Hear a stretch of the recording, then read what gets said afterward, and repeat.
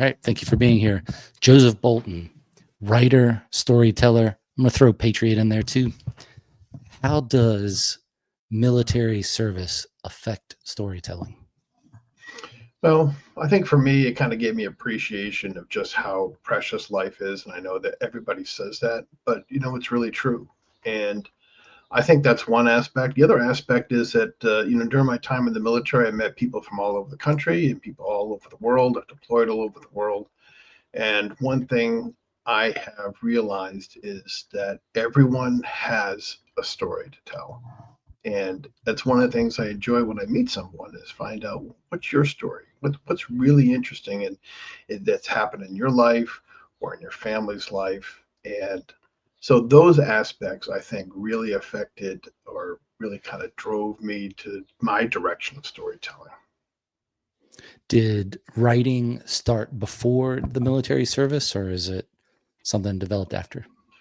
I think it's something at the first time I wrote was when one of my younger brothers died of ALS back in 2013, and he was a lieutenant colonel in the army down in the Pentagon, and he got diagnosed in 2011, and in about 2.5 years he was gone. And I started writing my own little blog. It was called Augustin's Alley, and it was more of my musings about science, philosophy, and religion. And I think that's where I really got into writing. At the time, I was really writing for myself, and that was one thing that kind of drove me to the getting used to the art of writing, of putting my thoughts on the page.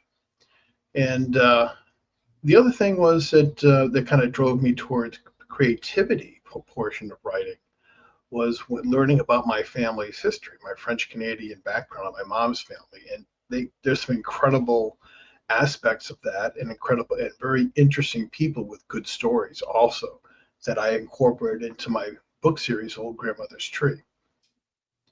Okay. So that started then after what time frame was that? So after 2013? Yeah, well, So actually, I kind of started after I left the military. Now I think about it, I retired in 2007, and I really started writing in 2013 with my brother passed away.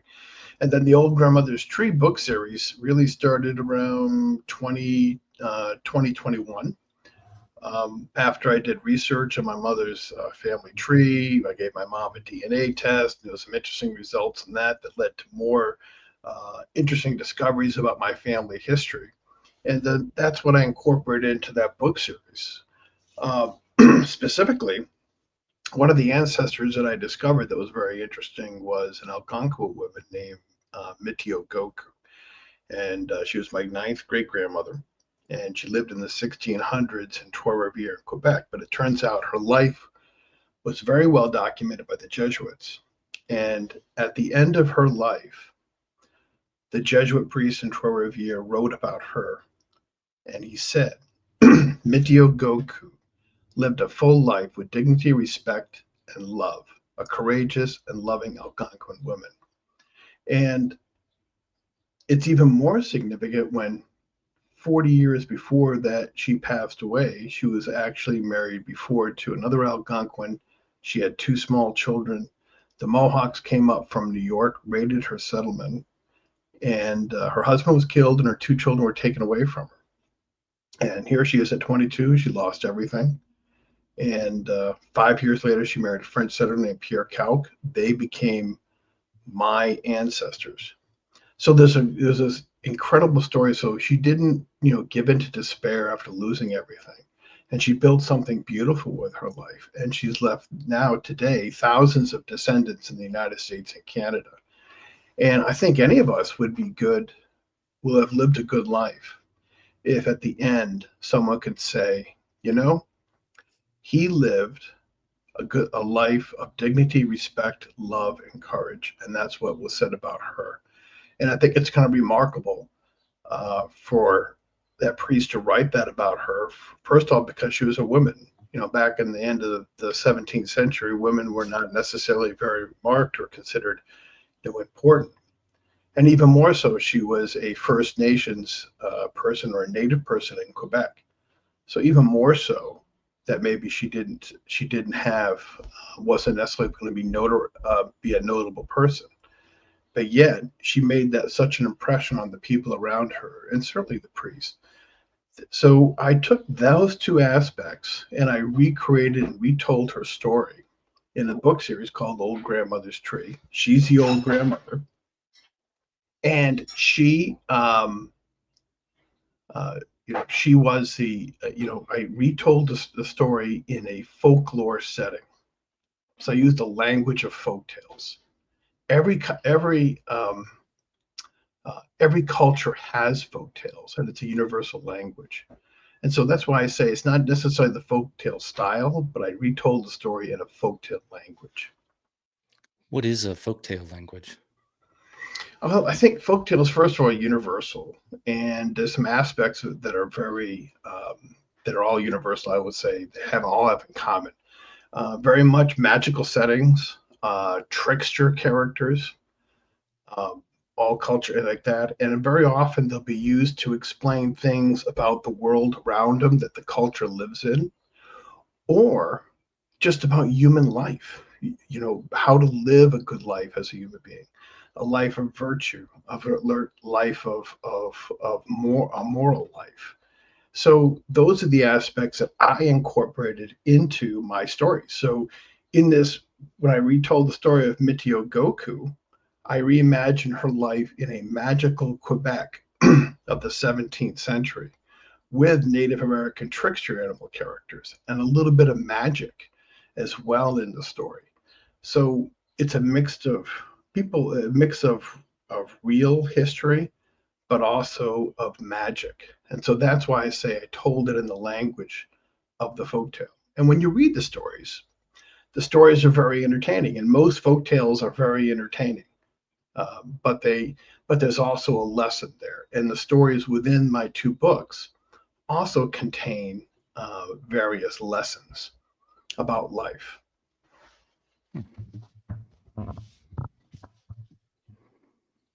So I wonder how much of folk tales are made to answer questions that people just didn't have answers to or don't have answers to. And Well, then, then yeah. like kind of I'm thinking like let's see, out in Dakota, Devil's Tower, where it said that it's some princesses were chased to the top of this place, and then these bears were chasing them, and they scratched the side of it, and that's why it looks like it looks.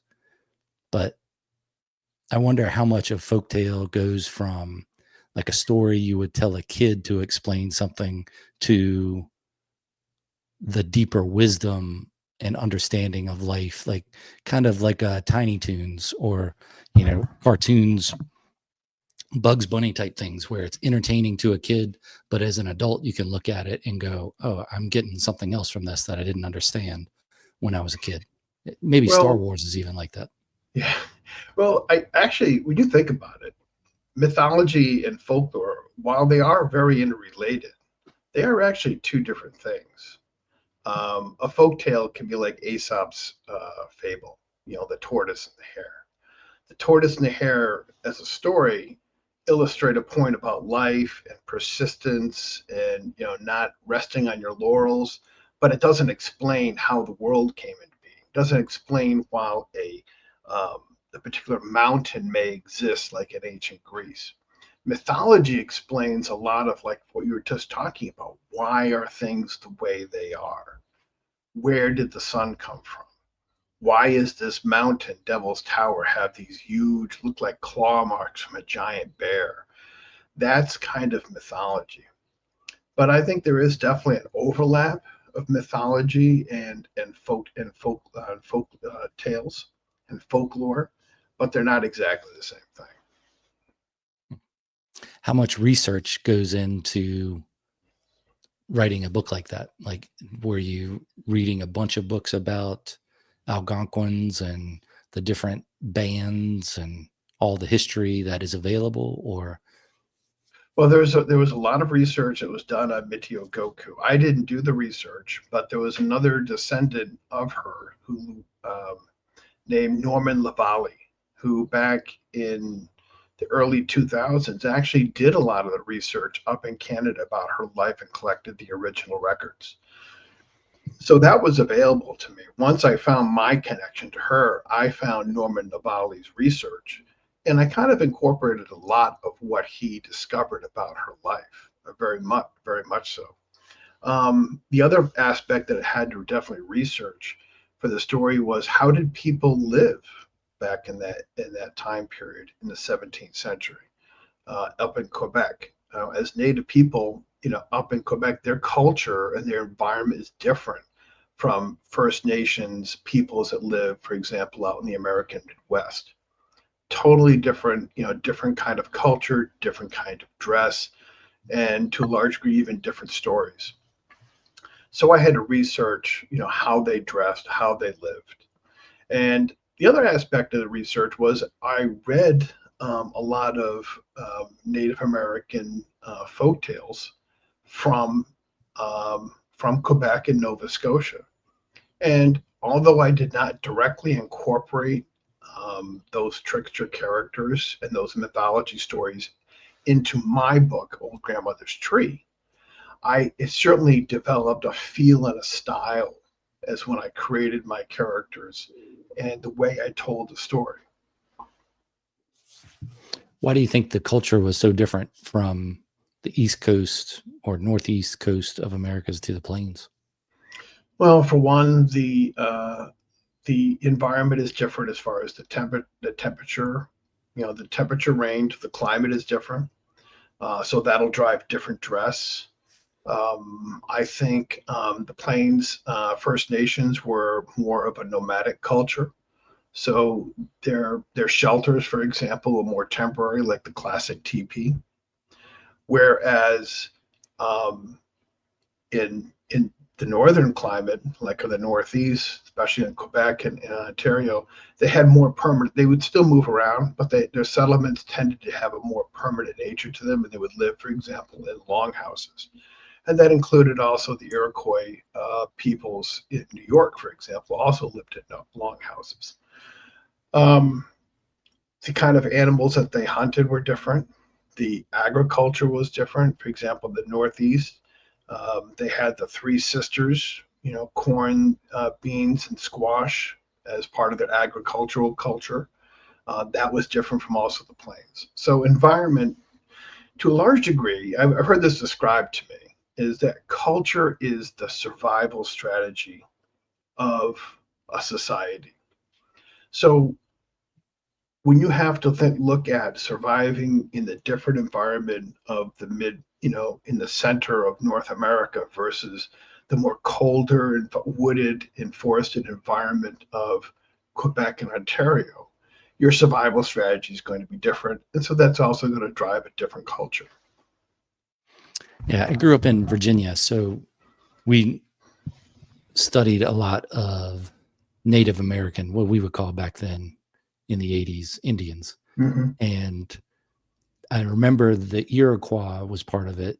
And even like some of the Quebec tribes we would study because the bands kind of came down the East Coast a little. But ours were mainly like Pamunkey, Mattaponi, Chickahominy, Pacificahe, those groups. And eventually all or a lot of them got either destroyed or pushed out west. Mm-hmm. And then from my understanding of it, when they get pushed out west, they just meet up against the Cherokee and the Comanche, and the Comanche were just, that was the big group of, I think, up into the end of the expansion of the U.S., I guess that was the last big group that the U.S. military was dealing with back then. And in researching that, as I got older, like you learn the stuff in school that is different, or you understand it different as you get older. And then thinking about culture and how it's different, and tribalism versus government, I think is the thing that in my more adult life, I started to see the divide in, of you go, oh, you have a government, a group of people that are across the United States that are united in this way of life through government versus through totems or tribes or bands or however you want to call it, family, like large family groups. And then I think that's the big difference that I found between Mhm. the Native Americans and then the modern Americans, I guess, the settlers Americans or whatever. Mhm. And that I didn't think about that as a kid, about the mindset of it, where there was a book, let's see, Empire of the Summer Moon, I think, is a book about the Comanche. And it talked a lot about the mindset of living in a tribe versus going against the government, and where you would have the family bonds, but in essence it was more of a libertarian form of government where it was you do whatever you want to do, which is whatever you can do. Like if you wanted to make war, then you get a bunch of people together and have a war party and go raid somewhere. And that's why it was so difficult to have treaties. I mean, you could look at it from both sides of who made a treaty and then who didn't keep it. But Mhm. from the government side, I think they would say you can't make a treaty because there isn't a one person or one group that's in charge of everyone. Even within a tribe, you have people that could be a war chief and go do a raiding party and then come back, and that affects that whole tribe and that whole group. Kind of like a government, you'd have more control over it, I guess. You have laws and rules that are stated, and the other version is the might makes right type thing. If you want to do it, go do it, but you got to get enough people to be able to be successful at it. I don't know. What'd you find in your research of it? Like, how Well, has your mindset changed of the difference between? well, I really didn't research a lot of the Plains Indians except to realize that they're going to be different from. And I think and I mentioned the Plains Indian because that's who we see in Hollywood. That's how Native Americans have been portrayed in cinema for over 100 years now, and it has a certain kind of look. Um, what I did research, I researched enough to know that the culture that I was going to write about was going to be very different and unique from the Plains culture.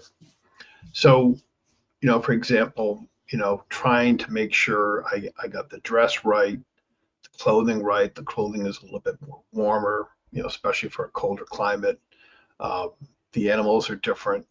So, but of all else, though, when I wrote my stories, I wasn't necessarily trying to write a story about native, First Nations peoples. I was trying to write a story about people and about essentially historic people. For example, my ancestor Mitio Goku, her husband, her children, her grandparents are in the story. I tried to write a story about people. That was my first priority when I created the stories. I made sure that the context, as best to my ability, was going to be correct. And I mean by context is like, I showed them living in a longhouse. I showed them dressing properly for the environment that they were living in. So, but my story was not necessarily. My goal was never necessarily to tell retelling or an examination of First Nation culture. I was trying to make sure I told, first of all, a story about real people as human beings. So was there a lot of like, you think about the situation and think how you would react versus how historically the reactions were, or is it Well, based on something different? I think it really starts off with Mitio Goku. Well, I looked at the fact of her life at 22 to lose her children and her husband, and in an environment that doesn't really necessarily have a large safety net. That she had to rebuild her life. And so when I wrote about her and recreate and talked and thought about how she reacted that, I tried to put my mindset of a young woman at 22 losing everything, or even a young person.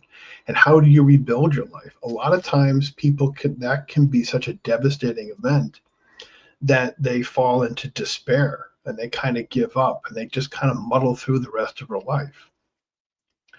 But we know at the end of her life that in between her death and that tragic event when she was 22, that she lived a full life with dignity and respect, and that she had made an incredible impression on the people around her. And so, using the Native American trickster animal characters and kind of a mythology setting and a little bit of magic, which makes some things possible in a story, I kind of recreated stories that would illuminate her personality, that would show her living a life of dignity, respect, and love. So, because there is a big historical gap, I kind of filled it in.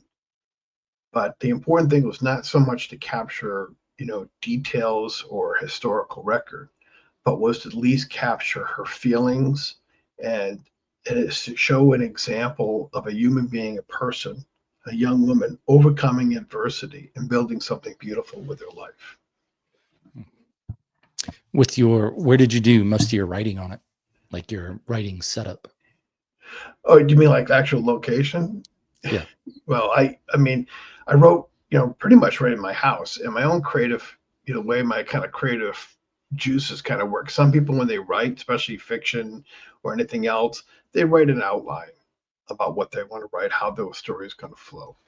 I would say that when I started these books, I didn't necessarily understand exactly how the stories were going to go. A lot of the creative process happened within myself. I say within a subconscious level. I never wrote an outline. I never had a grand plan. I would let the stories, and there's 10 stories in these 2 volumes of these books, but I would let each story kind of percolate. And then when I felt like it was ready to just burst out like a dam, I would sit in front of the computer and I would write that draft. And it could be within a setting. I could write 4 or 5,000 words and just get a good draft knocked out. And the interesting thing is, I would look at after I wrote, and I'm like, where did that come from? you know, because I can't do it on call. It has to kind of be inspired within myself. But I've belonged to a writers group in my local library, and so I've had a chance to talk to other writers and about their style. And every one of us has something a little different about your style. So if a person wants to be a writer and be creative, I think first of all you have to define what style fits your talents and the way the creative process happens within your own mind and your own subconscious, and then you listen to that. Okay. Can you tell the difference then between when you're like, think of it like a moped or the classic mopeds where you're Mm-hmm. pedaling until you get fast enough to where the engine can take over? And that's how I feel sometimes with writing is like I'm doing it. And then you tap into whatever that creative source is. And then it kind of takes off from there. That's the reason I keep going back and showing up and putting Mm-hmm. the time in, but sometimes it can feel more arduous than others. Well, I think I think you kind of touched on something that story writing, once we're kind of really in synchronous and synchronized with it and in the feel for it, it kind of takes on a life of its own. It's like it the characters that I've created into the story or developed or real people and developed their personalities, they become kind of independent from myself. Some of the stories as I've moved on to, set third or fourth story into this book series, it really became a matter of I take my characters and I put them in a certain setting with a little bit something that drives the story, something in the environment around that drives the story. And then I just watch how my characters react to what's going on around them. And very much so, it's a visual process for me. I usually see stories unfold almost like a movie. And all I'm doing is writing down on, putting right into the keyboards, into the computer, what I'm seeing unfold in my mind as a movie. But I do feel that the characters, after a while, take on an independence. If you're really in that creative grove, a groove and you've created new and original characters for your story, if you've developed those characters well enough, and you have spent the time building a world around them, like a world building is very important as well, then those characters will take on a life of their own, and they'll tell you what they're going to do. They will actually tell you what they're going to say and how they're going to react in a certain environment. So how that really works, I think it really ties in or points to a real deep mystery within the human mind about how the creative process works. So much of it happens below the surface of our conscious mind, as a creative person. And I think that kind of shows just how deep that process actually happens within ourselves. When you are sitting down to write, do you try to write something every day? Do you have a schedule you try to keep, or are you just project based and you say, this is a thing I'm trying to finish by this time, so I'm going to write this much a day? Well, I think timelines for me are important because in the sense it does kind of drive a little bit, time I have to put into it. But most of the time, um, when I'm dealing with a timeline, it's when I'm doing revisions to the story. The first draft of a story is going to come when it comes. It could come in the middle of the night. I'll get up out of bed, go downstairs, sit in front of the computer, and put it in, write it down, and get it into the computer immediately. But when I'm doing revisions and I'm working with editor services that are doing grammatical corrections for me or building the story, or I worked with an artist named Natasha Pelly Smith. Working with her, she has timelines. We have to work together to get that process done. So there is when the in there for me, the next phase, the finishing part of creating, going from a draft story until a finalized book, that part is definitely driven by timelines. Um, and I do after when I get finish a story and I get some feedback from my readers, my test beta readers, and I'll make changes to the story. That is also kind of driven by a timeline because I do have objectives in mind when I want to have a story published. For example, the next book in the book series, Volume 3, it's going to be called The Dance of Creation, but it's going to be set in the old Grandmother's Tree universe. I'm expecting it to come out in September. And I'm going to be working with Natasha Pelly Smith as she finishes these illustrations. And we're going to work out a timeline for that. That's probably going to take about 2 months. And then from there, I've got to hand it over to the editorial services who will actually take the illustrations and the text, make final corrections to the text, and then actually build the book itself, the book file that will be uploaded onto Amazon to actually be sold. So because I'm dealing with other people and it's not just me, I don't create a book by myself. Those are the aspects that bring in the timeline, so to speak. But when I work on the books, it really can be anytime. I'll just be sitting here and I'll go back to a story that I have a couple of different drafts, stories in various stages. Sometimes I'll just open up a draft and I'll read through and I'll make small changes at that time. So I think it's going to vary. You talk to who we talk to, it's going to be a little different. But for me, I think writing the first draft, that's something that's just going to happen. Doing revisions in the process of going towards a book, that's probably on a little bit more of a regular schedule. I put some time every day into that process. Are you working on other projects while you're working on those, or is it one at a time? No, right now I have two stories that are completely written.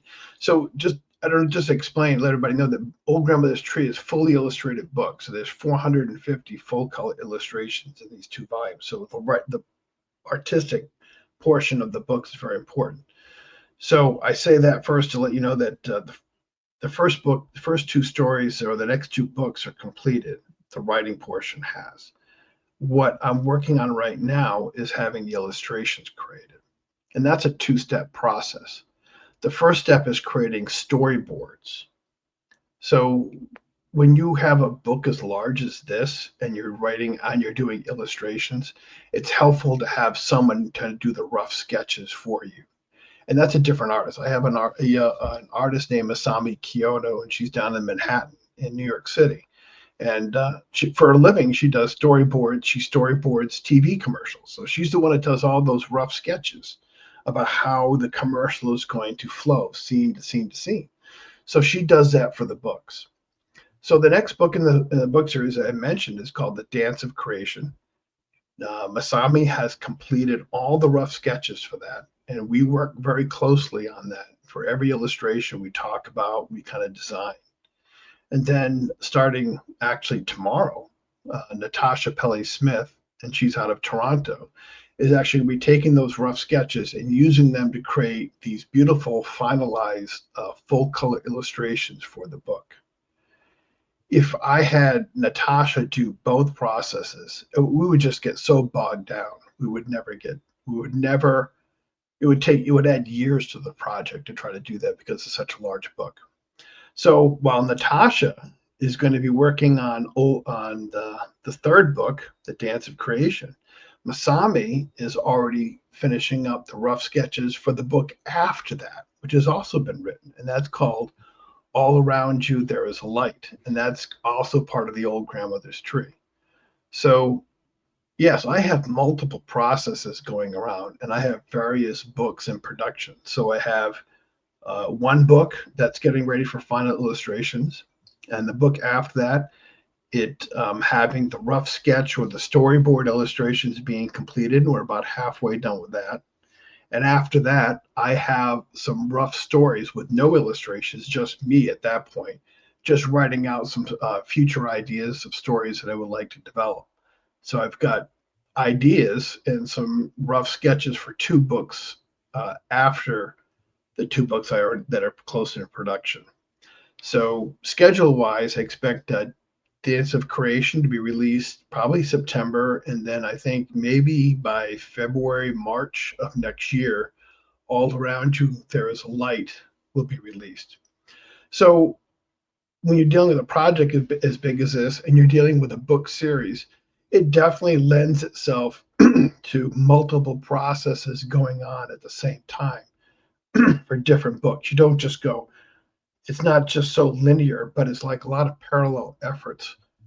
I use a lot of parallel efforts as I work to complete these books. How do you pick which picture or which scene or idea to catch in a picture? Well, a lot of that's developed when I work with Masami. So the stories are written in chapter format. So we'll look together online, like at a Zoom call. We'll look at the story and we'll read through that chapter that we're going to focus in on. And I'll say, okay, this is what I see happening in this scene.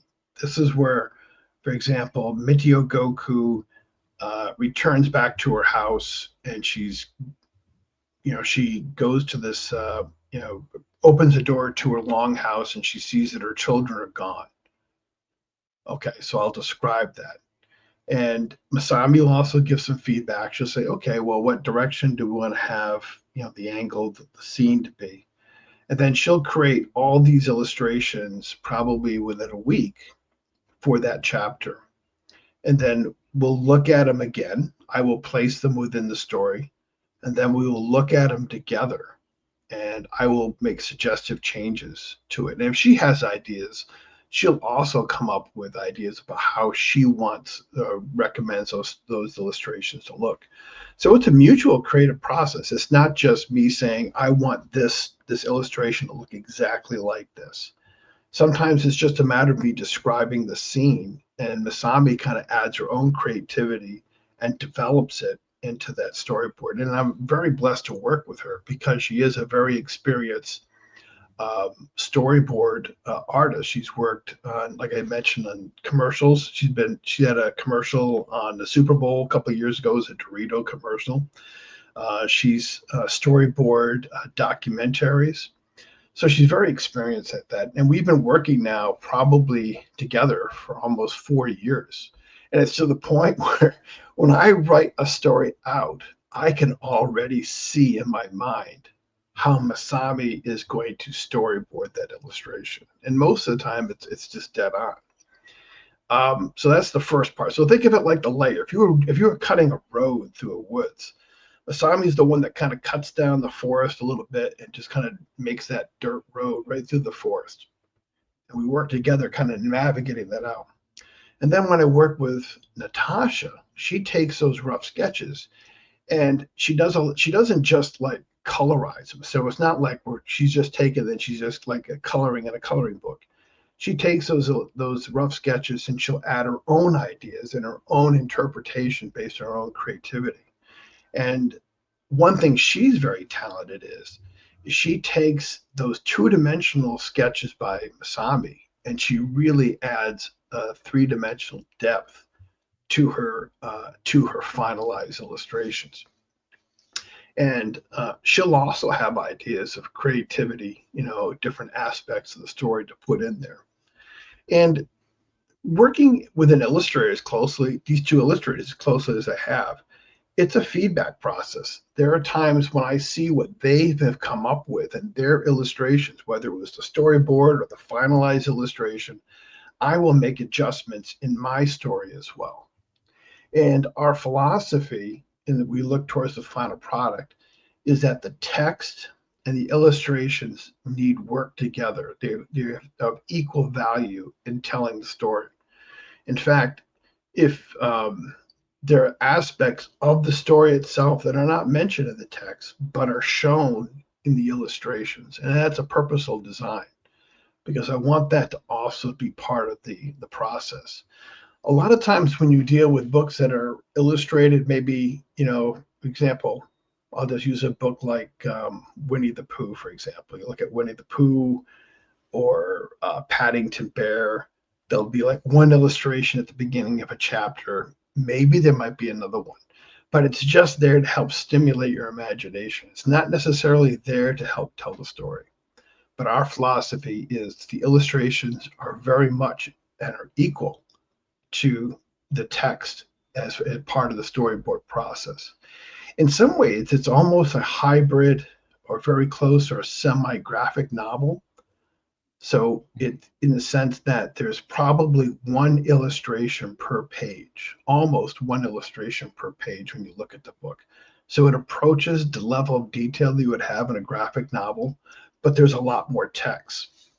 One of the advantages of doing it that way, instead of a traditional graphic novel format, is that we don't have the thought bubbles with text plastered in the middle of the illustrations. We made that decision early on because when I look at Natasha's final color illustrations, they're too beautiful to cover over with thought bubbles with text. So we took that all out of there and put it below the illustrations, like on the page, but together. So it is kind of a unique style. It's very intensive as far as the number of hours it takes to do this kind of work like this.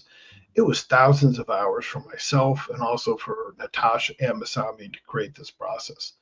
But I think the final product, though, I think really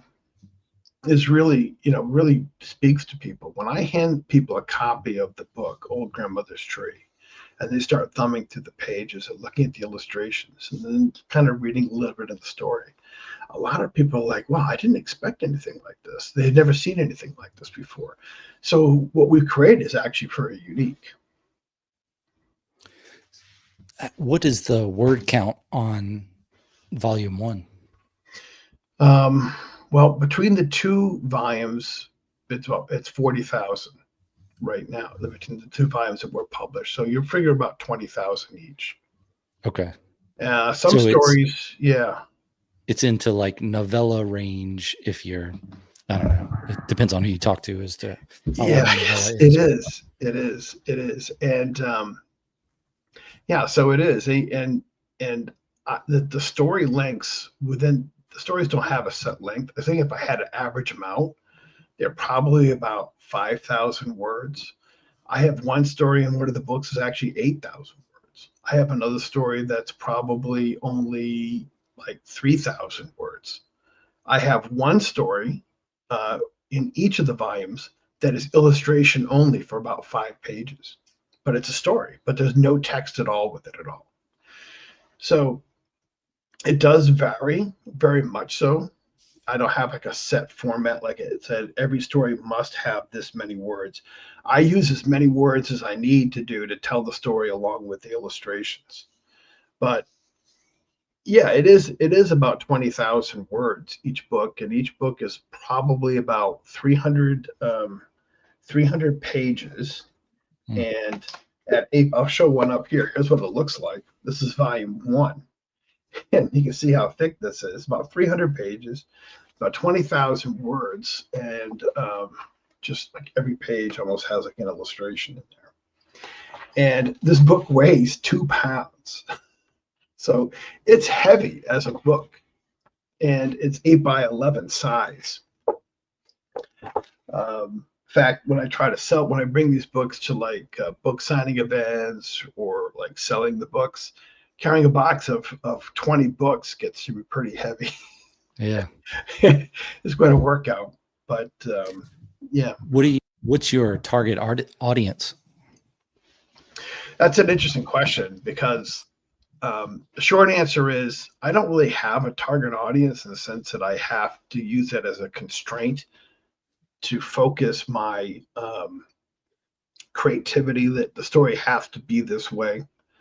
I remember when I wrote the very first story in this book series, and it was a story of on a Quebec farm in 1903, and the animals get up at midnight, they sneak out, they grab a toboggan, and they go sliding down the hill under the full moon at midnight, and the farm woman discovers they're up there. And in the book, in that story, the way I wrote it was the farm animals are smoking cigars on top of the hill, and they're drinking wine out of a bottle. And I remember when I first showed that story to a librarian, I said, "Well, maybe I think this can go like in the youth section because it's kind of a cute story." And they're like, "We can't do that. You can't have a story about animals smoking and drinking." And I'm like, oh, okay, well, that's what these characters are doing. That's who they are. So I think if I tried to write it for children, then it would become the story creative process becomes very constrained because everything has to go through that filter. Well, you can't have animals, smoking or drinking. You can't. When I talked about the attack that happened and Masami's children were kidnapped, and they were taken away from. It's a real historic event, very key to the whole story. Well, you can't have that in there in a children's story. You can't be talking about children being kidnapped and their mother never sees them, and the children's father was killed. You can't talk about that. Have you seen So, Bambi? yeah, I know. Well, that's a different time period. I'm talking about 2025. It's a little different. Back when Yeah. we were growing up. I mean, but A little more delicate. so my goal and working with Natasha and Masami, our goal was to create a good story that was well written, well put together books with beautiful illustrations. And our goal was, first of all, was to entertain, that anyone could look at this book and feel entertained, and also to grab, understand a little bit about human life. And that's where that folklore language comes in. So that was the only filter I think we had. And I really believed that job one as a writer is not to write towards a particular audience. Your job is to write well and make sure what you are putting in the book is created well without silly errors, grammatical errors, or spelling errors. You have to make sure you're putting together a good product. That's your first aspect. But it does create a little bit of challenge for me now that these books are out, because one of the things, is when I self-publish these books and you're putting them on Amazon only has certain categories of books. So where do Amazon wants you to take your book and put it in this category? Is it a children's story? No. Okay. Is it a young adult story? Well, not exactly. Well, who is it? What is it for? Is it mythology? Well, not really. Is it a folk tale? well, it's kind of in that style, but it's a lot of, real history in it. So it was very difficult for me to find a category for these books because they don't. People like reading these books of all ages. Well, Amazon doesn't like a book that's suitable for all ages. Amazon wants you to have a book that's targeted particular audience. So that is a challenge. But I still say, and I stand by it, that your first job as a writer is you got to put together a good product. And then I believe that a good product is going to find its audience. But don't put the audience, I'm ready for this audience first. Just I say that in general, that works for me. Now, obviously, if you definitely are going to write a children's book, well, then you're going to write a children's book. So that doesn't always apply, but for me, that's the philosophy we use together to create this book. So do the animals still smoke cigars and drink wine? I have an illustration in the first volume of that. That story is still in there. Yep, they're on Okay. top of the hill. They are smoking cigars and drinking wine, and they're still doing it in the next story after that. And in fact, they're even doing it in the barn, which is a big no-no. So, So, well, I like it. It reminds me of like the dogs playing cards picture. Like if you like that, then you'll probably like this. If you like adult coloring books, not like adult like pornography coloring books, but like the complicated coloring books and art type stuff, then you'd like this. So that's where I would lean towards that crowd. So I would think it'd be like people that are adults, but they still remember what it was like to be a kid. So that's fun. And then it's kind of like people that watch the movie Big. Like when yeah. Big came out, I remember saying, because my mom and dad were going to go see it, and I was like, "Hey, can we go?" And she goes, "No, it's not. It's not a kids movie." And then when she came back, I was like, "So is it something we could watch?" She goes, "It'll make more sense to you when you're grown up." So, Well, yeah, that's true. That's true. And there's aspects of the story that are a little bit, gravitate more to adult, but but it fits in the context. For example, there's a scene, an illustration of Mitio Goku and her second husband, the French settler Pierre Cauc. They're outside on their wedding night. They went camping outside overnight in the woods, and when they wake up at dawn, they're under the covers, but they don't have any clothes on. Now you don't see anything. There's nothing there, and but it is for some you could say that little children be maybe they might be confused by that.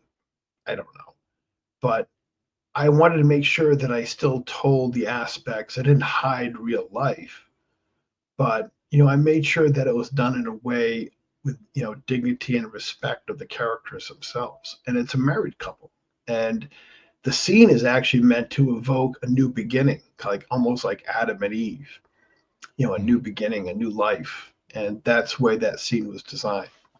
But that's an example. Like if I was writing for a book that was strictly for third graders, you may not want that scene in there because then the parents would have to explain, why are they not wearing any clothes and they're in bed?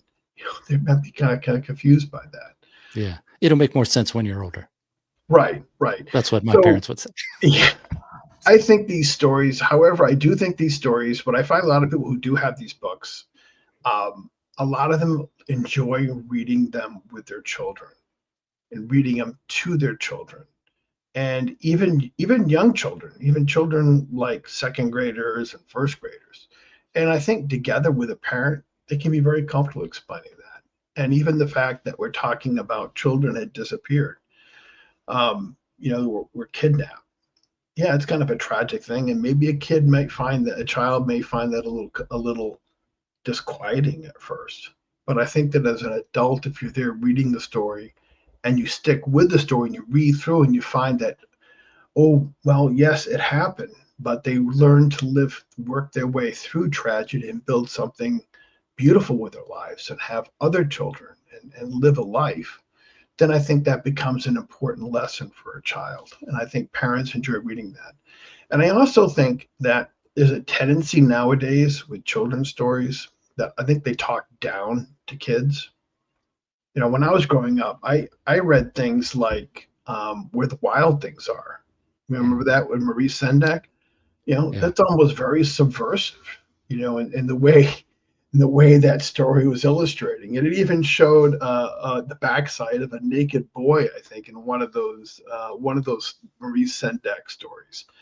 But we weren't scandalized by those stories, but we enjoyed them. We enjoyed reading them. And I think this book is not meant, doesn't talk down to kids. It doesn't talk down to everyone. It's written in a way to try to portray people as people in this magic folklore world of old Quebec. Yeah, I like treating a kid like an adult in training. You don't want to tell them everything, but you can't hide everything from them because you're going to end up with a 20-year-old kid, which is seems like society has done that a lot. I Yes. mean, I'm sure it goes through the ups and downs of it. Like maybe back in the 18 somethings, somebody was like, well, these kids today are really soft, but it's because we protected them. We built a fort around them and all this other. So yeah, I like it. Grimm's fairy tales are horribly scary when you read them as an adult, but as a kid, you just let that wash over you and you go, oh goodness, like the Three Little Pigs. I mean, they ate the big bad wolf for dinner, and you're like, oh well, Or let's just continue on.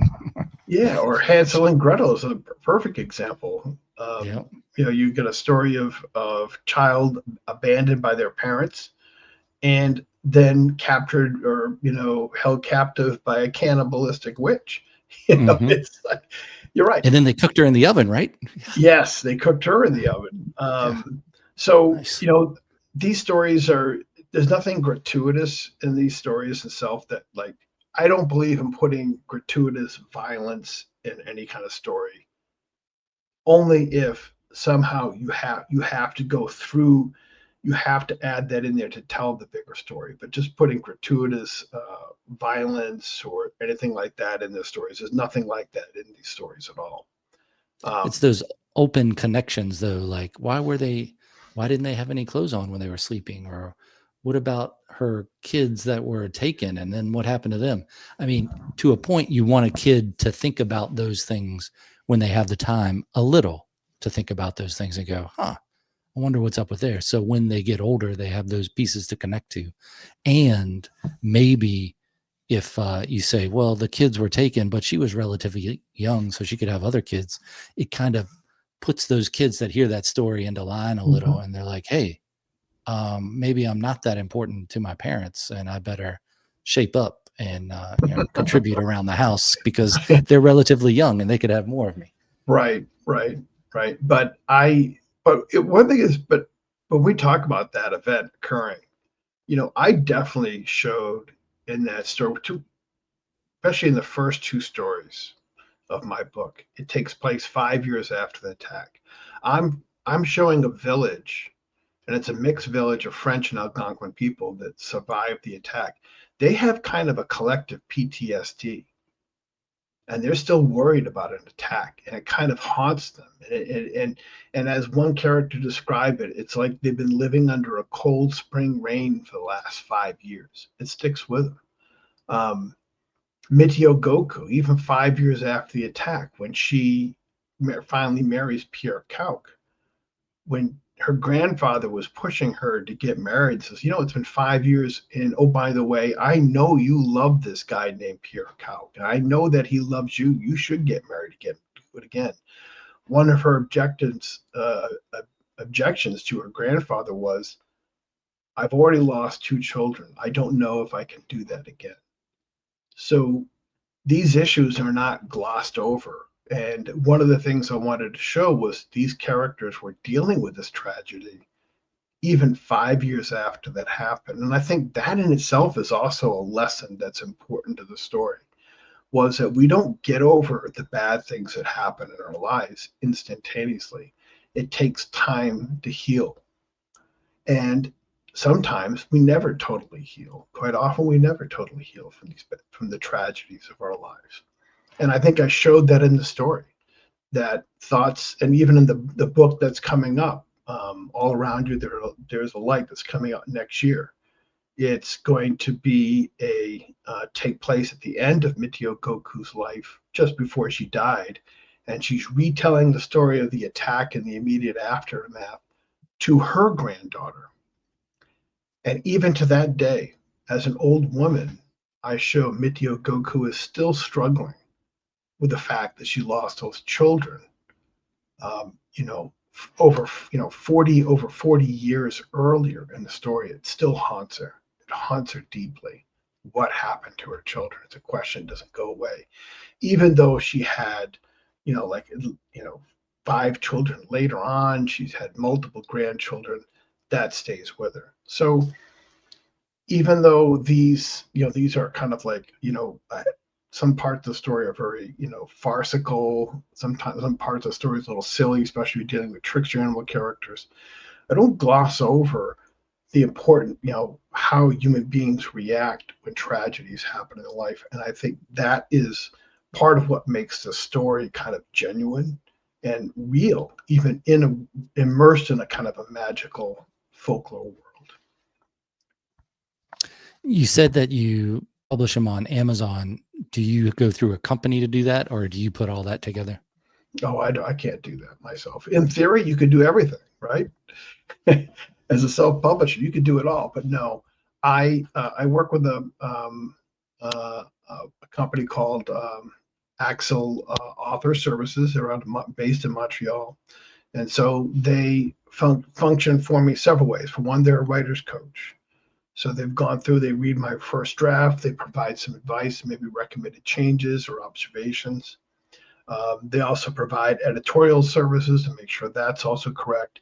And they also, probably most importantly, is they have to go through the process of taking my text and Natasha's final illustrations and building a book. And that's a very complicated process to actually get that right, to get the font picked out and the font size picked out correctly, make sure the stories are actually, the illustrations are where they need to be in the stories themselves. So that's something I can't do myself. And I think that it goes back to what we talked about earlier. If your job number one as an author is to make sure this book is done right. And I think to do it right, it takes resources, it takes money, and it takes working with other people to help you to get it right. You can't do it by yourself, and I don't recommend it. But in theory, you can do it. But I think that you don't put much in it up front, the final product is not going to be worth very much either. Certainly with a book with so many illustrations, if you're not the one doing the illustrations, that the amount of collaboration has to be huge. And then the time going into all that. I've looked into trying to do storyboards for a animated series one time, and this was some years ago, and it just the amount of time that the storyboarder was like, well, it's going to take me this many hours to do this much and this much. I was like, wow, I need to learn how to draw myself. Have you ever thought of using a program to do the illustrations? Oh, do you mean like AI? AI or whatever those, I don't know if that's considered AI. Absolutely not. Absolutely not. I don't use, nothing. I'm against AI in general. I mean, it sounded like it was. It sounded like you were against it just now, but okay. But We won't tell the AI. I'm going to clarify. But for my story, for my book creating process, and for creating the illustrations, and the writing process, I don't have any AI involvement at all. It's 100% human, no AI, and it's there for a couple of reasons. One couple of practical reasons right off the bat. Number one, I think sometimes you involve too much of an AI program, then you run into potential copyright issues. For example, the software developer that inputted into your story or imported to your illustrations, do they still retain some rights to those illustrations? That's not, it's kind of an open question, perhaps. Um, the other thing is that I've read stories that have been generated by AI, and they're not, although they kind of have a flow and a structure, there's something missing about them. They don't read right to me anyway. And even the illustrations you see, you can tell that these beautiful illustrations you see a lot of times, you can tell right away they're done by AI. And there's something, even though they look very beautiful, and they have colors and they're highly detailed, they're still missing something. It's really hard for me to put my finger on it, but it doesn't feel right. So I don't use that at all. Natasha creates her illustrations with no help from AI, and I do my writing with no help from AI as well. I mean, the AI to me, like I've entered some script writing contests, and a lot of them say you get guaranteed feedback from it. And I know the feedback, it sounds like a cut and paste feedback. Like Mhm. they'll say, like, I'm gonna say this to everybody, so I'm gonna put this at the beginning and then I'll put this in.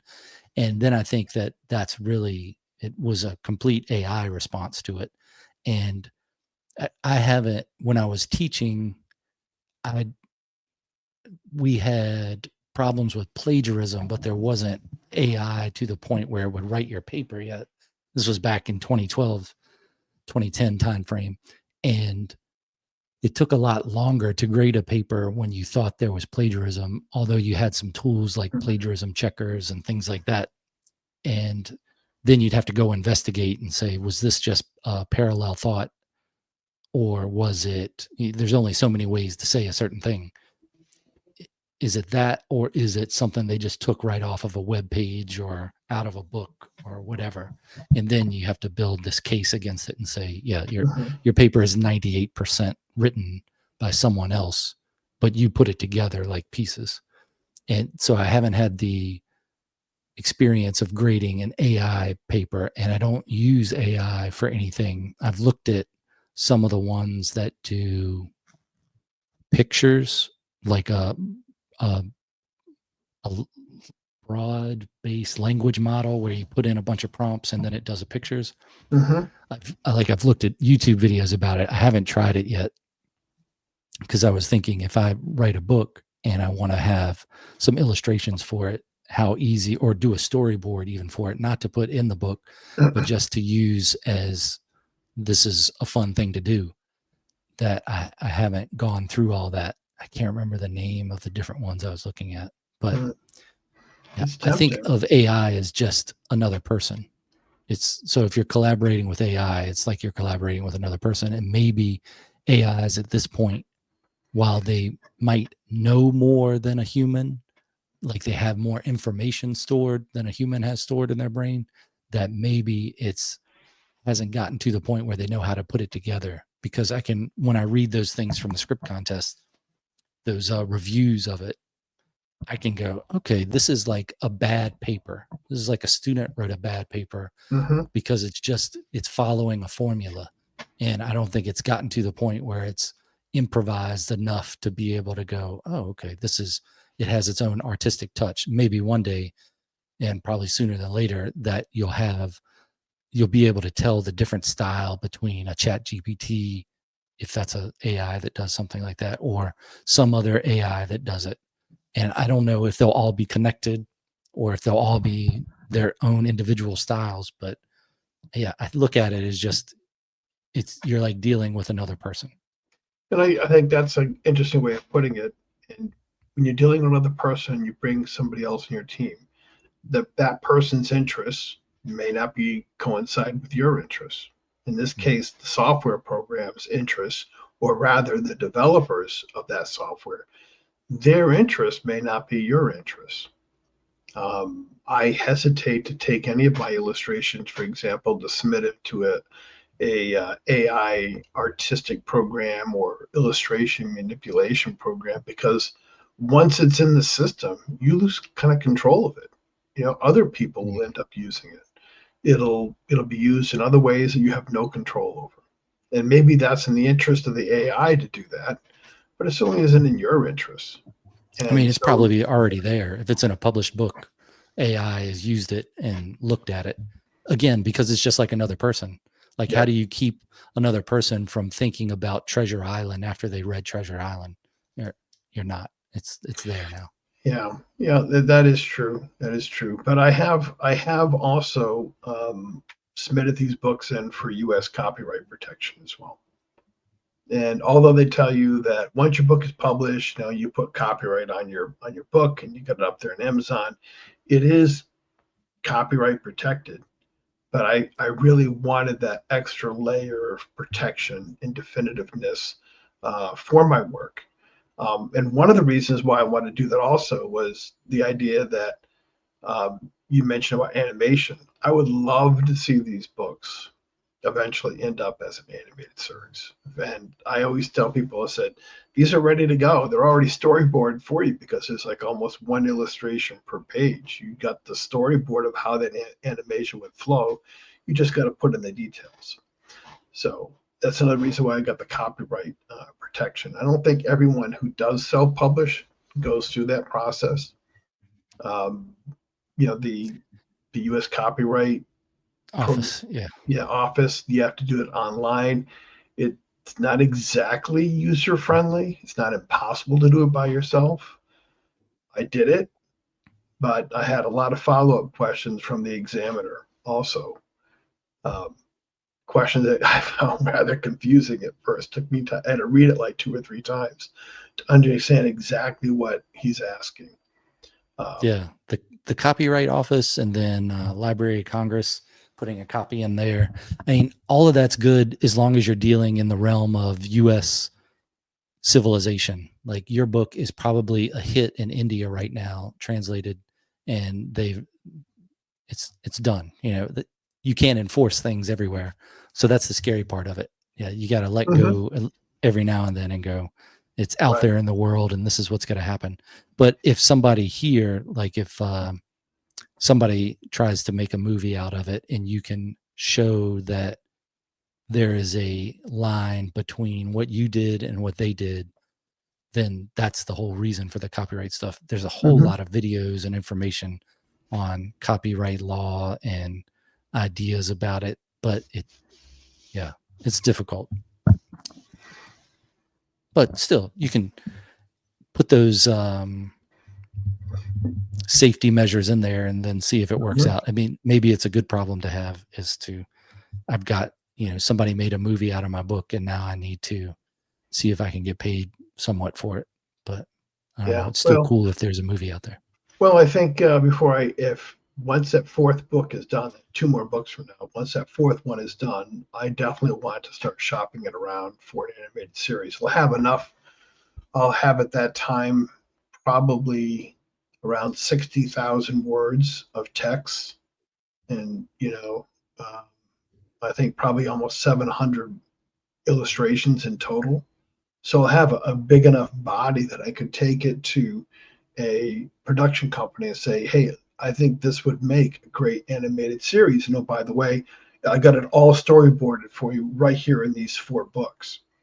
Um, but I do think having, before you start shopping it around with people whose interests may not coincide with yours, they're interested in making spending as little as money as they can to make as much money as they can, and they're not going to care whether it matches your creativity vision. And oh, by the way, if they can just take it from you, if they think it's a good idea and they can just take it from you and make their own movie out of it, they would do it if they can get away with it. So that's one of the reasons why before I do that, I want to make sure the US copyright protection was there. So that's something else I think to consider as a writer.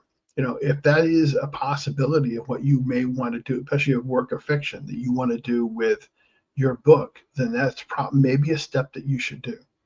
And it's not that much money. I mean, it costs me $65 per volume to file with the U.S. copyright. Hmm. Yeah, I've done a couple books with them in a script. Yeah. Mm-hmm. Hmm. So the plans for the future then are working on the 2 books that are in development, I guess now. Have you Right. ever written screenplay before? It's something that I recently looked into and started doing maybe a year ago, No. and it's changed my writing, especially my dialogue. Hmm. Just it's made it better, I think, for writing Interesting. a novel versus writing a screenplay, just because it focuses on other things. Even if you don't do anything with the script writing, it's a good exercise, like to branch out in Mhm. different types of writing. Look, No, it is a different language. I've never tried that. Never really considered that. Partly because I've just been, I'm still working full time, and and so these books are kind of a side project, which is almost like having a second full time job. Yeah. So right now it's probably be hard for me to find time to put it towards another book project, another writing project that's totally separate from what I'm doing on right now. But that definitely it definitely is an interesting idea. I would say, as I mentioned earlier, I kind of alluded to this about I'm a very visual person. I see all my stories before I write them as movies that play out in my mind. I see it very much visual. And I think that I don't know if that ties in with doing a screenplay, also that kind of thinking, but that's how I create my books. So in a way, I really do think these books are ready, can very easily be transitioned into like a visual medium, like an limited animated series, for example, because I don't think it would take much to take, because these books are very dialogue heavy, because I don't have a lot of paragraphs of description because the illustrations do that for me. So when you look at these books, because they're so dialogue heavy, it wouldn't take much to make a screenplay out of the books and then use the illustrations as the storyboard for that animated series. Yeah, it's the same stuff I thought when I was like, I got this book I wrote. It could be a movie, no problem. You don't need to do a screenplay of it. Just make a movie of this book.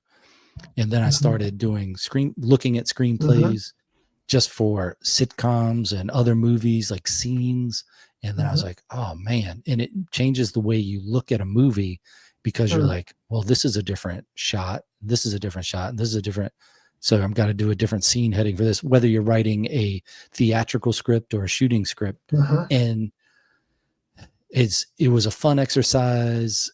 I think it's a different way of writing, but that's like, I wouldn't use a program to learn how to script write. I would just use Microsoft or a regular typewriter or a piece of paper, and I would write it out in a generally accepted format for screenwriting. That's learning the language of it, like what Mm-hmm. goes to the left, what goes to the right, what's capitalized, what do you need here.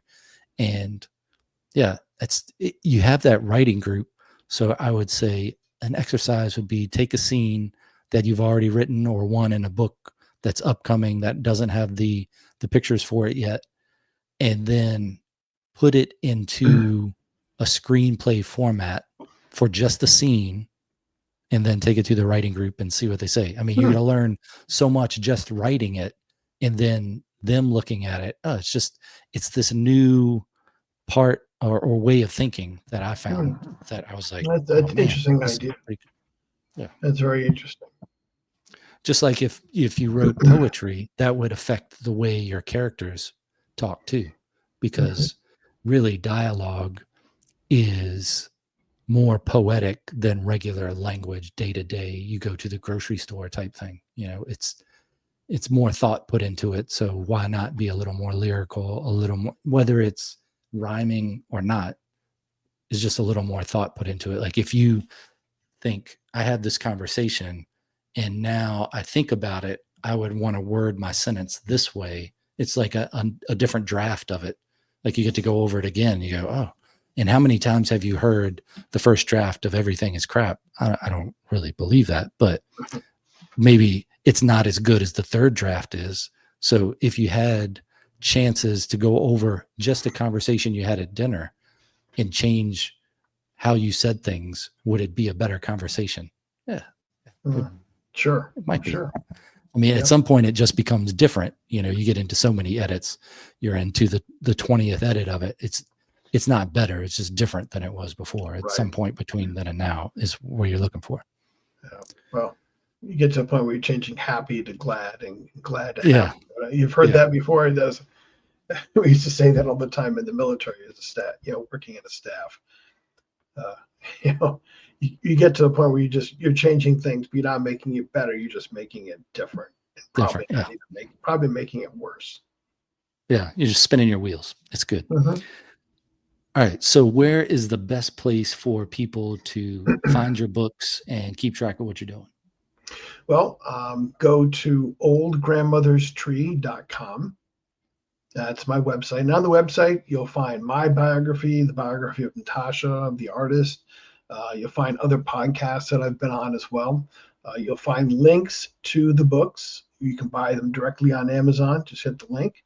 The books are also available in French because they are, French Canadian folktales, and there are links to buy the French editions, French language editions from Amazon as well.